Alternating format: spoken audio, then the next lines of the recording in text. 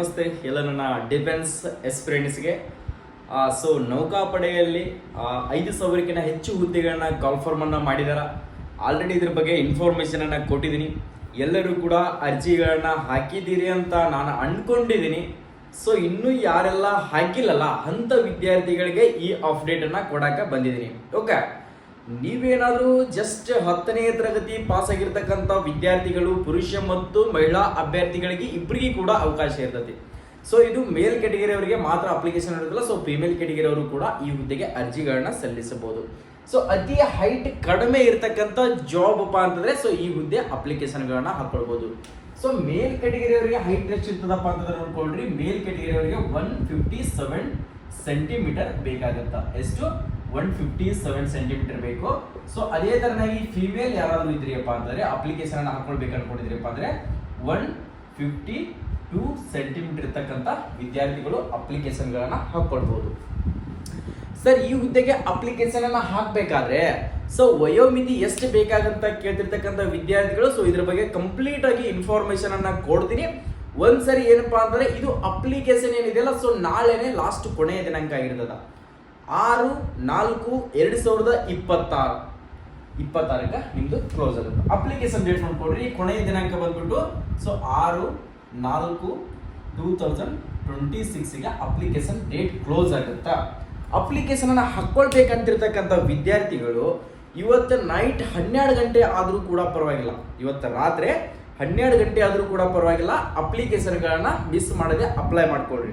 ಅಂದ್ರೆ ನೀವು ಹಾಕ್ತಿರ್ತಕ್ಕಂಥ application complete ಆಗುತ್ತಾ. ಅಕಸ್ಮಾತ್ ಸರ ಇಲ್ಲ ನಾವು ನಾಳೆ ಅಪ್ಲಿಕೇಶನ್ ಅನ್ನ ಹಾಕ್ತೀವಿ ಅಂತ ಏನಾದರೂ ಅನ್ಕೊಂಡ್ ಕುಂತ್ರೆ, ಈಗ ಅಪ್ಲಿಕೇಶನ್ ಸ್ಟಾರ್ಟ್ ಆಗೇ ಬಹಳ ದಿನಗಳಾಯ್ತು, ಆದ್ರೂ ಕೂಡ ಸರ್ವರ್ ಬಿಸಿ ಇತ್ತು. ಎಷ್ಟೋ ವಿದ್ಯಾರ್ಥಿಗಳು ಹಾಕ್ಲೇಬೇಕಂತ ಡಿಸೈಡ್ ಮಾಡ್ಕೊಂಡು ಕುಂತಿರ್ತಕ್ಕಂಥ ವಿದ್ಯಾರ್ಥಿಗಳು ಅಪ್ಲಿಕೇಶನ್ಗಳನ್ನ ಹಾಕಿಬಿಟ್ಟಿದ್ದಾರೆ. ಓಕೆ, ಸೊ ವಯೋಮಿತಿ ಹೆಂಗೆ ನೋಡ್ಕೊಡ್ರಿ, 17 ವಯಸ್ಸಿನಿಂದ ಹಿಡಿದು 22 ವಯಸ್ಸಿನೊಳಗೆ ಇರ್ತಕ್ಕಂಥ ವಿದ್ಯಾರ್ಥಿಗಳು ಅಪ್ಲಿಕೇಶನ್ ಅನ್ನ ಹಾಕ್ಬೋದು. ಯಾರೆಲ್ಲ PUC ಮುಗಿದಿದೆ ಸರ್, ನಂದು ಈಗ ಜಸ್ಟ್ PUC ಕಂಪ್ಲೀಟ್ ಆಯ್ತು ಸರ್ ನಾನು PUC ಅಪ್ಲಿಕೇಶನ್ ಹಾಕುವಾಗ ಅಂದ್ರೆ PUC ಎಕ್ಸಾಮ್ ಬರೆಯುವ ಗದ್ದಲದಲ್ಲಿ ನಾನು ಇಂಡಿಯನ್ ನೇವಿಗೆ ಅಪ್ಲಿಕೇಶನ್ ಅನ್ನು ಹಾಕಿಲ್ಲ ಸರ್, ನಾನು ಕೂಡ ಹಾಕ್ಬೋದು ಅಂತ ಕೇಳ್ತಿರ್ತಕ್ಕಂಥ ವಿದ್ಯಾರ್ಥಿಗಳು ಕೂಡ ನೀವು ಈ ಹುದ್ದೆಗೆ ಅಪ್ಲಿಕೇಶನ್ಗಳನ್ನ ಸಲ್ಲಿಸಬಹುದು.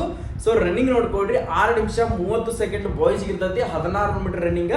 ಸೊ ಮಹಿಳೆಯರಿಗೆ 8 ನಿಮಿಷದವರೆಗಡೆ ರನ್ನಿಂಗ್ ಟೈಮಿಂಗ್ ಇರ್ತೈತಿ. ಆರಾಮ್ಸಾಗಿ ಫಿಸಿಕಲ್ ಆಗಿ ಎಲ್ಲರೂ ಕೂಡ ಕ್ವಾಲಿಫೈ ಮಾಡ್ತೀರಾ. ಸೊ ಫಿಸಿಕಲ್ಗೆ ಯಾವುದೇ ತರಹಂತ ಮಾರ್ಕ್ಸ್ ಇರೋದಿಲ್ಲ ಇದರಲ್ಲಿ sir. Application sir 2000 batch 1 batch 2 ಅಂತ ಇದೆ ಸರ್. 2 ಬ್ಯಾಚ್ಗೆ ನಾವು ಅಪ್ಲಿಕೇಶನ್ ಹಾಕ್ಬೋದು ಅಂತ ಕೇಳ್ತಿರ್ತಕ್ಕಂಥ ವಿದ್ಯಾರ್ಥಿಗಳು, ಎಸ್ 2 ಬ್ಯಾಚ್ಗೆ ಕೂಡ ನೀವು ಅಪ್ಲಿಕೇಶನ್ಗಳನ್ನ ಹಾಕ್ಬೋದು. ಬಟ್ ಏನಪ್ಪಾ ಅಂದ್ರೆ ಅಲ್ಲಿ ನೀವು ರೈಟ್ ಮಾರ್ಕ್ ಅನ್ನ ಎಸ್ ಅಂತ ಕೊಡಬೇಕು. ಸೊ ಅಕಸ್ಮಾತ್ ಸರ್ ನಂದು ಅಗ್ನಿವೀರ್ ನೋಡ್ಕೊಡ್ರಿ, ಅಗ್ನಿವೀರ್ 01 2027 1ನೇ ಬ್ಯಾಚ್ಗೆ ಡೇಟ್ ಆಫ್ ಬರ್ತ್ ಎಷ್ಟು ಬೇಕಂದ್ರೆ 1 ಡಿಸೆಂಬರ್ 2004 ಹಿಡಿದು 31 ಮೇ 2009 ಇರ್ತಕ್ಕಂಥ ವಿದ್ಯಾರ್ಥಿಗಳು ಬ್ಯಾಚ್ 1ಗೆ ಅಪ್ಲಿಕೇಶನ್ ಹಾಕ್ಬೋದು.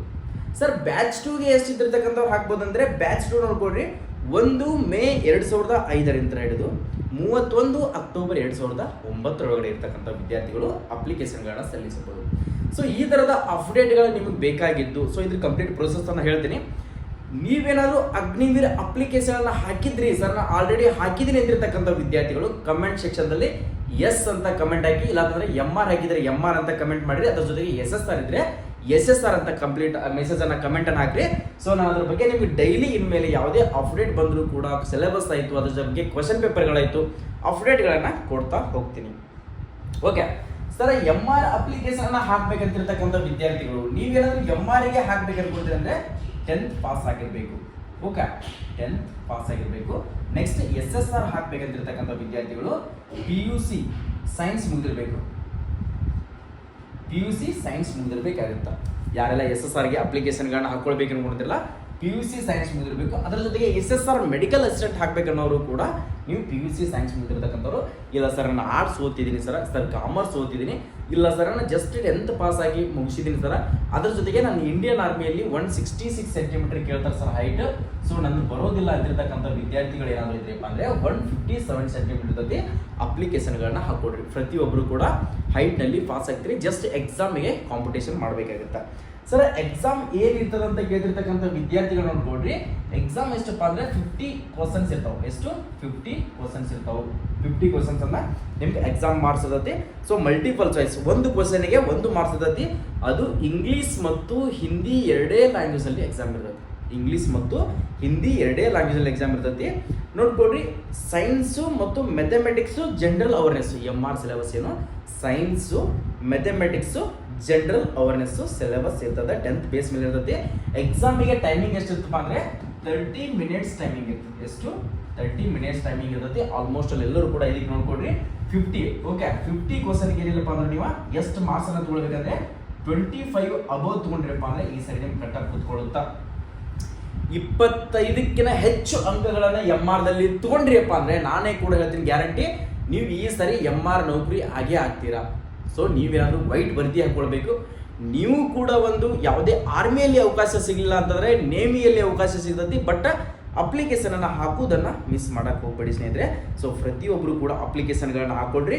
ನಾವು ಯಾವುದೇ ಡಿಫೆನ್ಸ್ ಹುದ್ದೆಗೆ ತಯಾರಿನ ಮಾಡ್ತಿದ್ದಾರಂತ ವಿದ್ಯಾರ್ಥಿಗಳಿಗೆ ಸಾಕಷ್ಟು ಸಪೋರ್ಟ್ಗಳನ್ನ ಮಾಡ್ತಾ ಇದೀವಿ.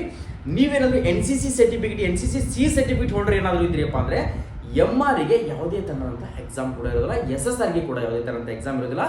MR ಗೆ ಜಸ್ಟ್ ನೀವು ಫಿಸಿಕಲ್ ಪಾಸ್ ಆದ್ರೆ ನೌಕರಿ ಆಗುತ್ತೆ. SSR ಗೆ ಫಸ್ಟ್ ಎಕ್ಸಾಮ್ ಇರೋದಿಲ್ಲ, ಸೆಕೆಂಡ್ ಎಕ್ಸಾಮ್ ಮಾತ್ರ ಇರ್ತೈತಿ.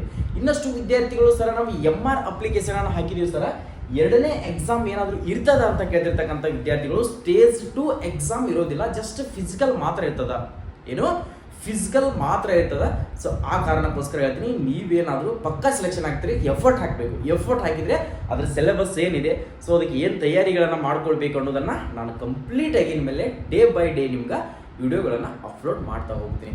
ಇದು ಒಂದೇ ಅಲ್ಲ ಸ್ನೇಹಿತರೆ, ನೀವೇನಾದರೂ 18 ಏಜಿನಿಂದ ಹಿಡಿದು ಸೊ 23 ಏಜ್ ಅಲ್ಲ, ಸೊ ಡಬಲ್ ಡಿಗ್ರಿ ಮುಗಿದಿರ್ತಕ್ಕಂಥ ವಿದ್ಯಾರ್ಥಿಗಳು ನಿಮ್ಮ ಬ್ರದರ್ ಇದ್ರಪ್ಪ ಅಂದರೆ ಅವ್ರಿಗೆ ಕೂಡ ವಿಡಿಯೋಗಳನ್ನು ಶೇರ್ಗಳನ್ನು ಮಾಡಿರಿ. ಸೊ ಈ ಥರದ ಅಚ್ಚುಕಟ್ಟಾಗಿ ಕನ್ನಡದಲ್ಲಿ ಅಪ್ಡೇಟ್ಗಳು, ಇನ್ಫಾರ್ಮೇಷನ್ಗಳು ಬೇಕಾಗಿತ್ತು ಅಂದರೆ ಸೊ ನಮ್ಮ ಯೂಟ್ಯೂಬ್ ಚಾನಲ್ನ ಇನ್ನೂ ಸಬ್ಸ್ಕ್ರೈಬ್ ಮಾಡ್ಕೊಂಡಿಲ್ಲ ಅಂದರೆ ಸೊ 1,40,000 ಹೆಚ್ಚು ವಿದ್ಯಾರ್ಥಿಗಳು ನಮ್ಮ ಹತ್ರ ಫಾಲೋವರ್ಸನ್ನು ಹೊಂದಿದ್ದೀವಿ. ಸೊ ಆ ಕಾರಣಕ್ಕೋಸ್ಕರ ಹೇಳ್ತೀನಿ, ಯಾವ ಅಪ್ಡೇಟು ಕೂಡ ಮಿಸ್ ಮಾಡೋದಿಲ್ಲ. ಪ್ರತಿ ಒಂದು ಇನ್ಫಾರ್ಮೇಷನ್ ಇರಲಿ, ಇವತ್ತು ಯಾವುದೇ ಇನ್ಫಾರ್ಮೇಷನ್ ಬರಲಿ, ಇದರ ಎಕ್ಸಾಮ್ ಡೇಟ್ಗಳಾಗಿರಲಿ, ಇದರ ಅಡ್ಮಿಟ್ ಕಾರ್ಡ್ಗಳಾಗಿರಲಿ, ಅಡ್ಮಿಟ್ ಕಾರ್ಡ್ನ ಯಾವ ಥರ ಪ್ರಿಂಟ್ ಔಟ್ ತಗೊಳ್ಬೇಕು, ಒರಿಜಿನಲ್, ಯಾಕಂದರೆ ಅದ್ರಾಗ ಕಲರ್ ಪ್ರಿಂಟ್ ತಗೋಬೇಕಾ, ಬ್ಲ್ಯಾಕ್ ಆ್ಯಂಡ್ ವೈಟ್ ತಗೋಬೇಕಾ, ಹೋಗ್ಬೇಕಾದ್ರೆ ಡಾಕ್ಯುಮೆಂಟ್ಸ್, ಎಕ್ಸಾಮಿಗೆ ಹೋಗ್ಬೇಕಾದ್ರೆ ಡಾಕ್ಯುಮೆಂಟ್ಸ್ಗಳನ್ನ ಏನೆಲ್ಲ ತೊಗೊಂಡು ಹೋಗಬೇಕು ಅಂತಿರ್ತಕ್ಕಂಥ ವಿದ್ಯಾರ್ಥಿಗಳಿಗೆ ಸೊ ಕಂಪ್ಲೀಟ್ ಆಗಿ ಪ್ರೋಸೆಸ್ಗಳನ್ನ ಕೊಡ್ತೀವಿ ಸರ್. ನಮ್ಮ ಹತ್ರ ಈಗ ಅಪ್ಲಿಕೇಶನ್ ಹಾಕೊಂಡು ಡೊಮೆನ್ಷಿಯಲ್ ಸರ್ಟಿಫಿಕೇಟ್ ಇಲ್ಲ ಅಂತಿರ್ತಕ್ಕಂಥ ವಿದ್ಯಾರ್ಥಿಗಳು ಕೂಡ ಹೋಗಿ ಅಪ್ಲಿಕೇಶನ್ ತಗೊಳ್ತದೆ. SLC marks card, Aadhaar card, passport size photo, ಅದರ ಜೊತೆಗೆ ನಿಮ್ಮ Gmail ID, ಫೋನ್ ನಂಬರ್ನ ತೊಗೊಂಡೋಗಿ ಈಗಲೇ ಇವತ್ತೇ ನೈಟ್ 12 ಗಂಟೆ ಆದರೂ ಪರವಾಗಿಲ್ಲ, ನಾಳೆ ಆದರೂ ಪರವಾಗಿಲ್ಲ, ಹೇಗಾದರೂ ಮಾಡಿ ಈ ಅಪ್ಲಿಕೇಶನ್ಗಳನ್ನ ಹಾಕೊಳ್ರಿ. ಈ ಸರಿ ನಿಮ್ಮನ್ನ ಇಂಡಿಯನ್ ನೇವಿಯನ್ನ ಸೇರಿಸುವಂತ ಜವಾಬ್ದಾರಿ ನಮ್ದಿರ್ತದ. ಸೊ ಆ ಥರ ಅಪ್ಡೇಟ್ಗಳನ್ನ ಕೊಡ್ತಾ ಇರ್ತೀವಿ. ನಾವು ಕೊಟ್ಟಿರ್ತಕ್ಕಂಥ ಅಪ್ಡೇಟ್ ಮುಖಾಂತರ ನೀವು ಕಂಪ್ಲೀಟ್ ಆಗಿ ಯಾವ ಥರ ಹೇಳ್ತೀವಲ್ಲ ಆ ಥರ ರೆಡಿ ಆಗ್ತಾ ಹೋಗ್ರಿ. ಸೊ 100% ಸೆಲೆಕ್ಷನ್ ಆಗ್ತೀರಾ. ಸೊ ನಾವು ಕೊಟ್ಟಿರ್ತಕ್ಕಂಥ ಮಾಹಿತಿಗಳು ಇಷ್ಟ ಆಗಿದ್ರೆ, ಸೊ ಹೆಲ್ಪ್ ಆಗಿದ್ರೆ, ಸರ್ ನೀವು ಕೊಟ್ಟಿರ್ತಕ್ಕಂಥ ಮಾಹಿತಿ ನಮ್ಗೆ ಯೂಸ್ಫುಲ್ ಆಗಿದೆ ಸರ್ ಅಂತಿರ್ತಕ್ಕಂಥ ವಿದ್ಯಾರ್ಥಿಗಳು ಮಾತ್ರ ನಮ್ಮ ಯೂಟ್ಯೂಬ್ ಚಾನಲ್ಗೆ ಸಬ್ಸ್ಕ್ರೈಬ್ ಮಾಡ್ಕೊಡ್ರಿ, ಲೈಕ್ ಮಾಡ್ರಿ ಅಷ್ಟೇ ಹೇಳ್ತಾ ಇದ್ದೀನಿ. ಇಲ್ಲ ಯೂಸ್ ಆಗಿಲ್ಲ ಸರ್ ಅಂತಿರ್ತಕ್ಕಂಥವ್ರು ಸೊ ಮಾಡುವಂಥ ಅವಶ್ಯಕತೆ ಇಲ್ಲ. ಯಾವುದೇ ಇನ್ಫಾರ್ಮೇಷನ್ಗಳು ಬೇಕಾಗಿದ್ರೆ ಸಬ್ಸ್ಕ್ರೈಬ್ ಮಾಡಿಕೊಡ್ರಿ. ಓಕೆ, ಈ ವಿಡಿಯೋನ ಪ್ರತಿಯೊಬ್ಬ ನಿಮ್ಮ ಬ್ರದರ್ ಸಿಸ್ಟರ್ ಯಾರಾದರೂ ಇದ್ದರೆ 17 ವಯಸ್ಸಿನಿಂದ ಹಿಡಿದು 22 ವಯಸ್ಸಿನೊಳಗಡೆ, ಅದರ ಜೊತೆಗೆ ಹೈಟ್ ಕಡಿಮೆ ಇರತಕ್ಕಂಥ ವಿದ್ಯಾರ್ಥಿಗಳಿದ್ರೆ ಅಂದರೆ ಸೊ ಈ ವಿಡಿಯೋನ ಅವ್ರಿಗೆ ತಪ್ಪದೇನೆ ಶೇರ್ ಮಾಡಿಕೊಡ್ರಿ. ಎಲ್ಲರಿಗೂ ಕೂಡ ಆಲ್ ದಿ ಬೆಸ್ಟ್, ಒಳ್ಳೇದಾಗಲಿ. ಜೈ ಹಿಂದ್, ಜೈ ಕರ್ನಾಟಕ.